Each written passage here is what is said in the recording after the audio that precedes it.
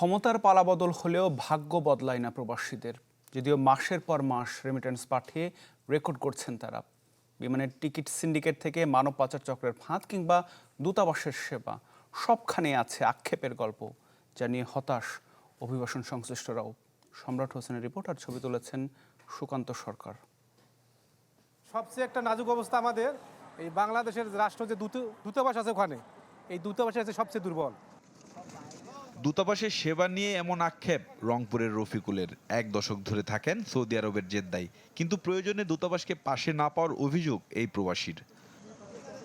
মধ্যপ্রাচ্যের দেশটিতে প্রতিদিন কাজের খোঁজে যান হাজারো বাংলাদেশি, কিন্তু সেই তুলনায় নেই প্রবাসী সেবা।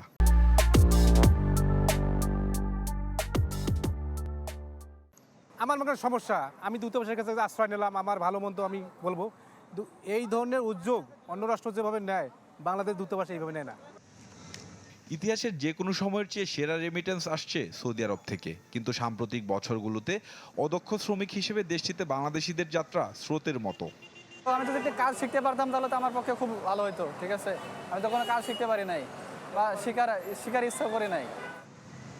বিপরীতে মধ্যপ্রাচ্যের দেশগুলোতে গিয়ে চুক্তি অনুযায়ী কাজ না পেয়ে অবৈধ হয়ে পড়ছেন প্রবাসীরা। এতে জেল জরিমানা দিয়ে দেশে ফিরছেন অনেকেই।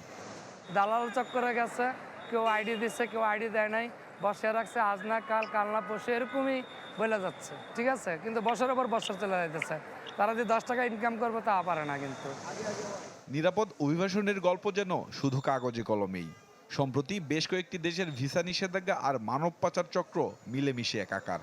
এমনকি যুক্তরাষ্ট্র থেকে হাতকড়া পরিয়ে দেশে ফেরত পাঠানো হয়েছে 2 শতাধিক বাংলাদেশিকে। এক যুগ ধরে বিদেশ ফেরতদের নিয়ে কাজ করছেন আল আমিন নয়ন। তিনি মনে করেন সরকারি নজরদারি না থাকায় ভয়ঙ্কর হয়ে উঠেছে মানব পাচার চক্র। যারা গিয়েছে ইতিমধ্যে চলে গেছে আফ্রিকার মতো দেশগুলোতে, তারা কি অবস্থায় আছে সেই কি কোনো প্রতিবেদন আছে? যদি না থাকে তাহলে কেন আগে যদি লোক পাঠানো 100 লোক পাঠানোর পরে আগে প্রতিবেদন নিয়ে দেখবে তারা কি অবস্থায় আছে। যদি তারা ওখানে দেখে যে না ভালো থাকলে তো ফাইন, আর যদি না থাকে তাহলে সেই পলিসি নিতে হবে, কিন্তু আসলে সেই ধরনের কোনো উদ্যোগ দেখছি না। রিক্রুটমেন্টের ক্ষেত্রে নিরাপদ অভিবাসনে সরকারের দায়হীনতাকেই দুষছেন এই অভিবাসন বিশেষজ্ঞ। বলা হচ্ছে যে আমাদের বড় রকমের একটা গাফিলতি জায়গা হচ্ছে যে কাগজপত্রগুলো ভুয়া হয়। তো ভুয়া কাগজপত্রগুলো নিয়ে ধরা পড়ছে কোথায়? বিদেশে। এগুলো এখানে কেন পরীক্ষা করা হচ্ছে না?